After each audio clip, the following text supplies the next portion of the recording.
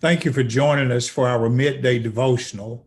It is 12 o'clock noon, and we will begin our class. And let me start out by saying that I am glad that you have decided to join us today. Uh, it is Thursday, and it seems as if this week has gone by so fast. Uh, we've talked about the impact of the COVID 19 pandemic and how it has definitely changed the course of day to day functioning for everyone, children, adults, uh, the world of work. Everything has been impacted by the COVID 19 pandemic. And with our children, this is even more so.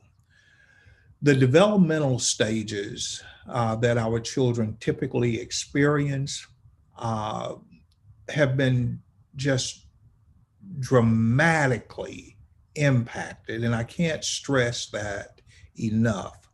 When we talk about the social, emotional development of the child, the learning patterns of children, uh, it will have an impact for years and years to come. Uh, when children reach the concrete operational stage, typically ages 7 to about 11 years old, they have begun to develop their own friendships. They have moved into that arena of not just pleasing their adult care providers, the teachers in their lives, but the children are now moving into more of an allegiance toward their peers, uh, social relationships. Uh, they're moving into an emotional stage of uh, third grade, fourth grade. And with that comes more active in sports, more activity in group events in schools, different projects, and also uh, a greater awareness of the opposite sex, where little boys began to have crushes on girls and girls have crushes on the little boys. And this year, in terms of that close proximity of the classroom or the sporting events or the social events and even church events, all of that has been sort of modified. So we're dealing with a modification of the concrete operational stage of development. Uh, Let me talk to you about 5 things that typically happens in childhood development during this concrete operational stage. Logical reasoning and the organization of thoughts that are coherent takes place. But just about the time the child is able to kind of logically process something and they can organize their thoughts in a methodical way, in a coherent way that kind of makes sense, now where do they practice it? In a Zoom room? Uh, I started to say on a telephone call, but rarely does a 7 to 11-year-old use the telephone. Uh, they are texting, they are doing the FaceTime or the different chat rooms, TikTok, things of that nature. But it is really kind of slowing down their opportunities to really use the logical reasoning and the organization of thoughts that they have been yearning to present.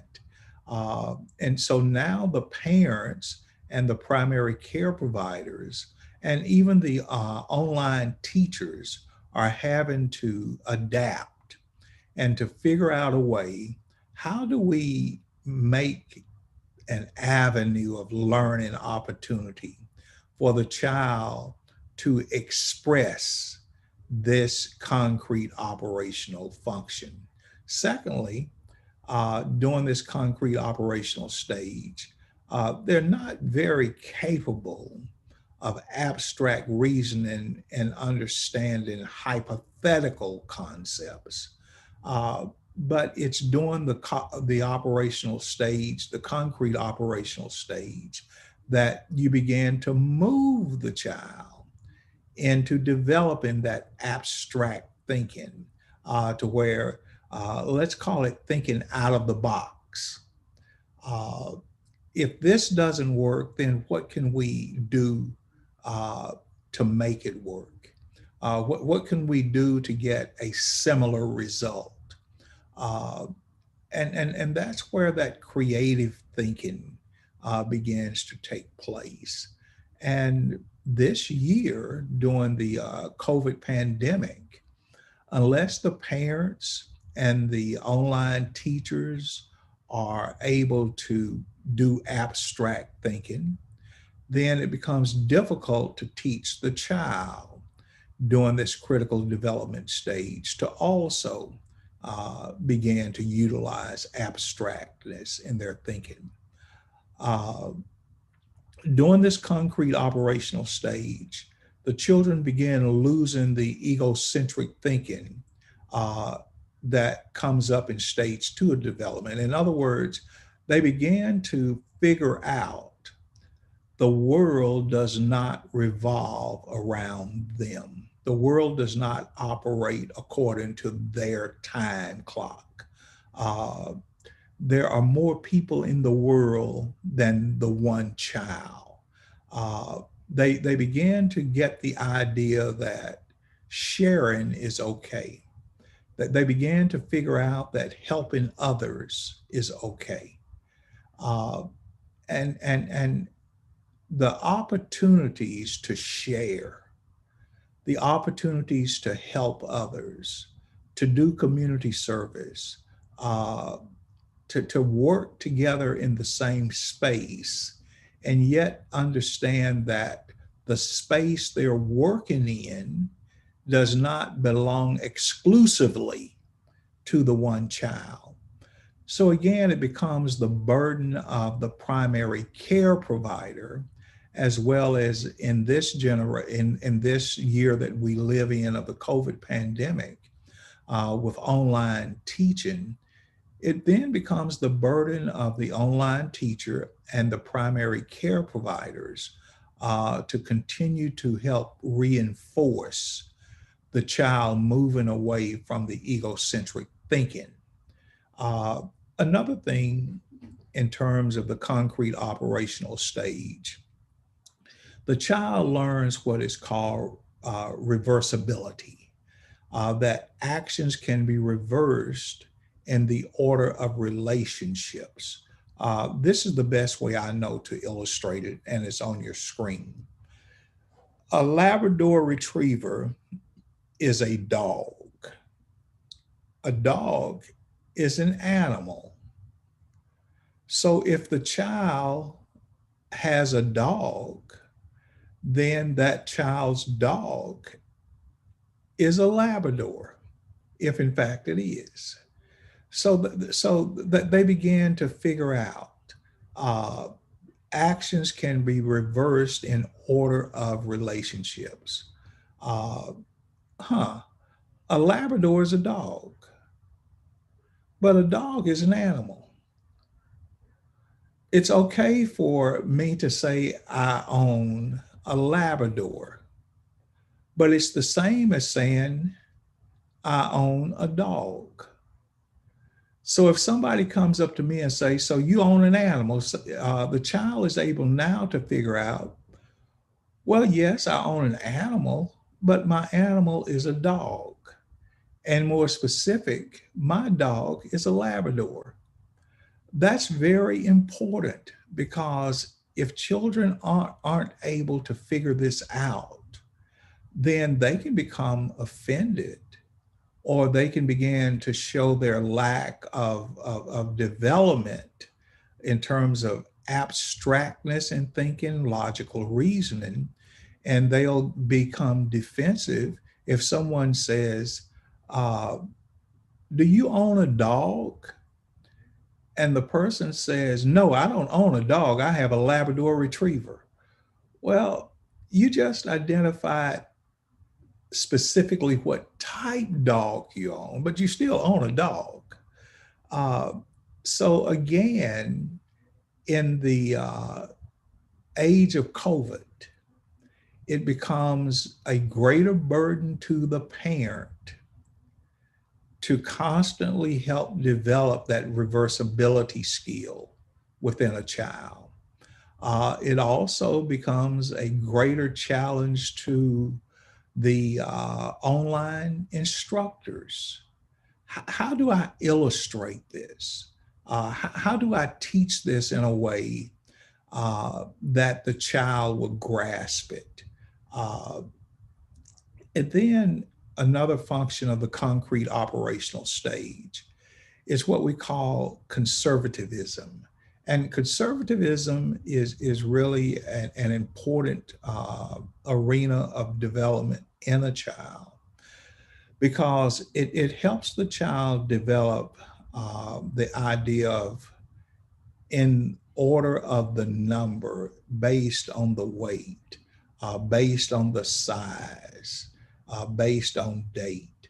Uh, it helps the child understand basically organizational skills. And in this concrete operational stage, children are very capable of learning that.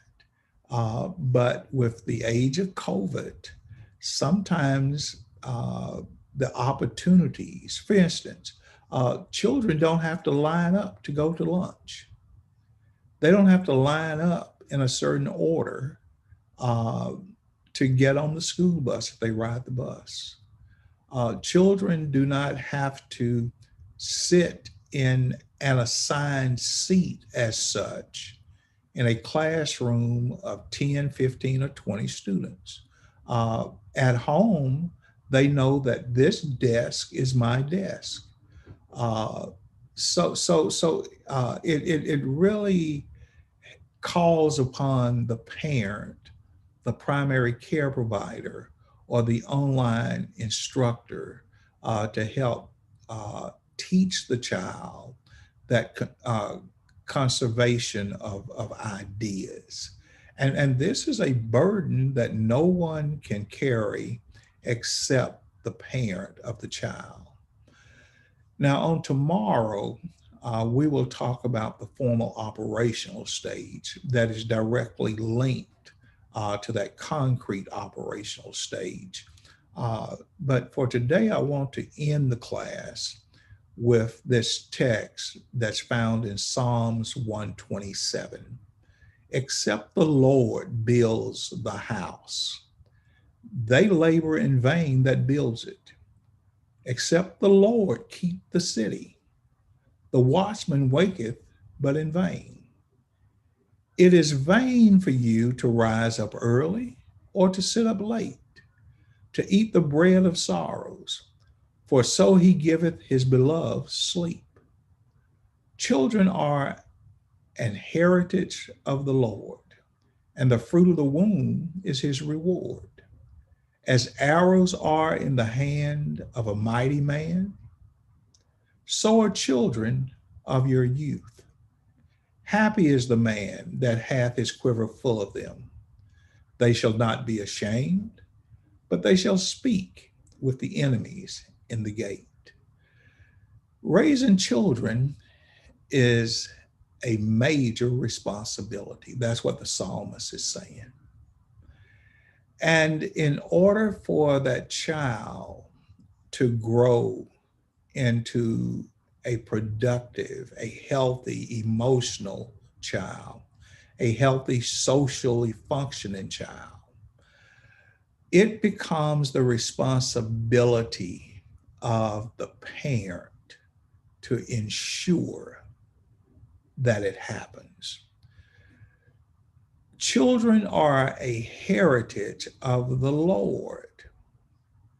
And the womb that bears that child is the womb that is rewarded with the gift of that child.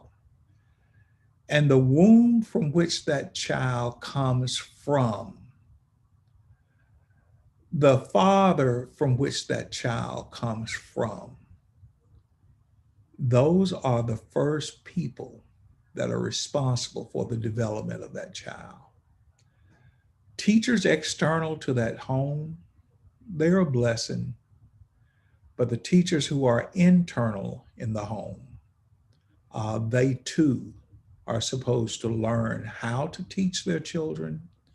They are to learn how to model before their children, and they are to learn that we are the nurturers of our children, and we need the Lord's guidance in doing that. Let me encourage you to constantly keep God in front of you during this pandemic. It is God that created the world and all things therein. It is God, and it's God only, that is able to put Satan in check. It is only God that is able to bring under control pandemics or any other crises. So God raises up people to help push down evil. And in the midst of this pandemic, God is able to raise up people, doctors, scientists, researchers, that are able to work on God's behalf to eradicate this global pandemic that we're suffering from at this time. Let's pray to our God. We thank you for being merciful upon us, even in the midst of a global pandemic. And I just pray that we will always trust you to lead us. And I pray that parents will always trust you to give them wisdom and discernment in teaching the children, regardless of the developmental phase they might be in. Protect the school teachers that are doing the online learning. And I pray that you will give them the greater grace of strength and patience with the students as they constantly adapt their learning styles to this more difficult and more challenging opportunity of learning through online sources. We thank you for the vaccine that is now being issued throughout the Americas.